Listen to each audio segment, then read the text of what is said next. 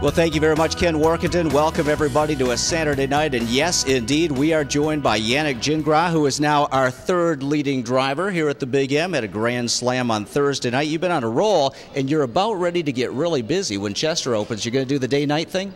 Oh, yeah, absolutely. Love Chester. Chester's been good to me. So, its schedule is working out great, to be honest with you, this year. The way they're going to work out, like I'll race Sunday afternoon at Chester. I'll have Monday, Tuesday off.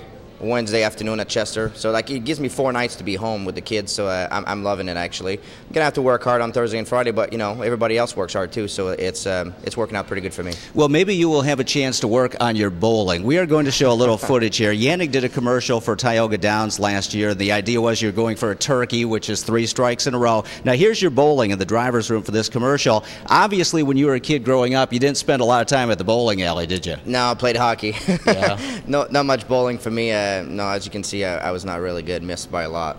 So what are your hobbies off the track when you have time? Obviously, you spend a lot of time with the kids. Do you golf or anything like that? I golfed a couple times last year. I actually like it. It just to get the time, you know. Like I love spending time with my kids. They're growing up so fast, so I try to spend as much time as I can with them. So I don't want, like, I'm a bit of a somebody that would like get into it and want to do it too much. So when I do something, I want to do it right, and so I don't want to get into the golf until both of my kids are in school, or like she just turned 2, so we got a way to go for that. But at some point, I will get into the golf thing. I like to play hockey here and there, but the same thing with that. I don't have much time, but. Right now, it's most of my free time goes to my kids. Well, speaking of getting good at something, I guess you've got to brush up on your motorcycle skills. Can you confirm or deny, did you crash Andy Miller's motorcycle? Yeah, I did. A little too much alcohol, and he was giving kids. He gave me a ride to give the kids a ride, and it just seems like a good idea to sit on it and try to make it go a little bit. But all of a sudden, I was like falling down. I was like, Andy, help me out here, you know. But yeah, I crashed it. Well, speaking of crashes, I think it was a week ago Thursday. Paisley got loose and ran into your horse, Vinegar Hill, before the race. I just caught it out of the corner of my eye. What actually happened there? Timmy got dumped, and his horse was kind of heading towards me. But usually, a horse won't run into something. You know, like the bike might not clear or something like that, but he was heading right to my saddle pad, so I was kind of hoping he'd avoid me, but no, he ran right into my horse. He was afraid, I guess, but I got dumped too, but nothing major happened, just bent my bike a little bit, so that's what it is. And that's a $5,000 race bike he banged up. Any insurance on that, or does that come out of your pocket? To be honest with you, I don't even know yet, because I don't know if the owner or the trainer were members, so it's a good thing if they were members, because the SBOA would pay for it. But right now I'm using John McDermott's bike. You know, he said that I shouldn't take all the wins out of him, but like you said earlier, he hasn't won many of them, so I guess there's plenty left in it. Yeah, he hasn't used up too many of those wins so far this meet. Well, speaking of wins, you have some live horses tonight. Let's talk about your horses and maybe some insight for the fans looking to make a couple dollars wagering. In the first race, you opted for number 4 Racetrack Ruler for the new barn, Nat Vardy. This horse can be tough to drive, but he can also be tough to beat.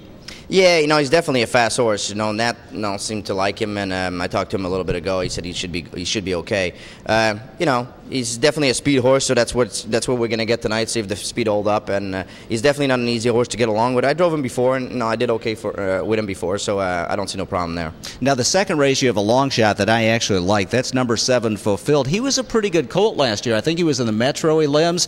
Just missed winning a Niatros division early. He's got a little go to him, doesn't he? Yeah, he's big horse, and he, like last year, I don't know, like I haven't drove him this year, but like last year, you just wouldn't go. Like, you just had to drive on him real hard the whole time, but he never stopped. He always gives you some. He's a brother to Ponder. So he's got pedigree. He's got a right to be a nice horse, but he's definitely got potential. And I don't know if he's ready this week or not. I haven't talked to Mark, but he's definitely got a lot of go. Well, he's a lot like his brother Ponder, had a mind of his own. I remember he wouldn't come out of the paddock one day on Hambletonian Day for the U.S. Pacing Championship, but if you could get him on the track, he was pretty tough to beat. Moving on to the third race, the super horse right now, Pilgrim's Toner, from the $40,000 claimers to the invites. He's won 3 in a row. Red Ken Workington's barn note, they train him 2 miles every day. I guess it's working, huh? Well, I knew they were training him every day. I just didn't know that's the way they were doing it. I read the article on the website the other day. So, yeah, he's been really, really good, real sharp. Any which way I drove him, like a couple starts ago, I drove him really hard, and he just kept on going. He's really sharp right now, and if he comes up as good as he was last week, I think they'll have a hard time. And with the Levy series going on at Yonkers right now, I mean, our invites, face it, are coming up pretty weak right now. Yeah, absolutely. It definitely doesn't hurt that you don't have like Foiled again, Blue Ridge Western, and horses like that over here. It definitely soften up the open. But believe me, like the horse is sharp, and no, I'm not saying he'd go with the big boys, but right now he's very, very good right now. So we like your horses in the first three. We move on to the fourth race. Number 2, my old friend John. Andy Miller opted off. Frankly, this horse just hasn't come back well yet. No, but I saw him race last year at Pocono, and he had Tom Jackson was driving him, and like I know he hits his knees a little bit, I think, but he's got potential. I don't know, like looking at the lines, it don't look really good lately, but it's a big drop. Now it's at 20,000 to now it's at 8,000, so maybe Roos will have him ready for me tonight. Moving on to the fifth race, you stick with, let's see, Haverford Hanover, the 8 horse, your choice over the 7. Nice horse, but this is a pretty solid field. Well, I think it's tougher than the Open, to be honest with you. That's a tough group of horses right there. Both horses that I had the choice in there, that I think they're both a little bit too tough, but what are you going to do? Haverford Hanover is a real nice horse. He's probably the one that can raise the best from behind, so that's the reason I took him, because I thought both of them were in a tough spot. But he swept the field. I know it was a cheaper horse, but he swept the field like 5-6 starts back, and he's a nice horse to drive, so give him a shot. Sixth race, you've got the rail with Super 88. The one horse had some traffic issues a week ago. A horse that likes to sit close, but sometimes he just lacks that winning habit.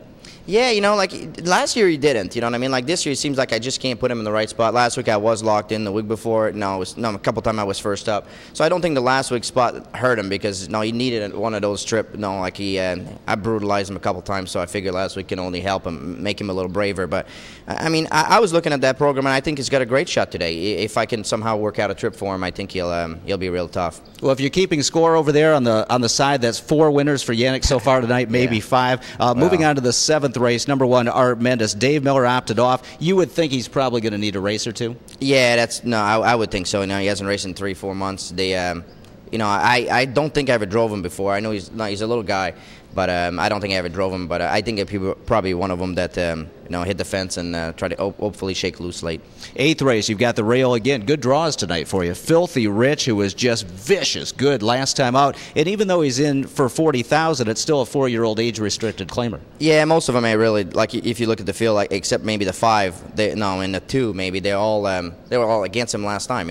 He was very, very good 2 starts back. Really, I was running over top of a horse in the stretch. I was running Pierce over, Georgie over, and he was loaded with pace. Last week I put him on the front, and he just exploded. Like he was going faster at the wire than he was going the whole race. So I was pretty impressed with his last start. I think if he comes back as good as he was that start, he'll prove tough too. 9th race, the 4-horse Cheyenne. Barry Tetrick opted off. This horse always keeps up. He's always around, but what's he got? A couple wins and 32 starts? Yeah, he's maybe a little bit overmatched in there. Like he gets check, in that spot. When he drops down in classes, now he's at 10,000, and now he's at 15,000. He's got a better shot. But I think he'll be looking for a trip in there, maybe looking for a piece. 10th race, the 6-horse Future Cruiser. Thought he made a pretty nice move against a big class edge foe, Noble Falcon, last week.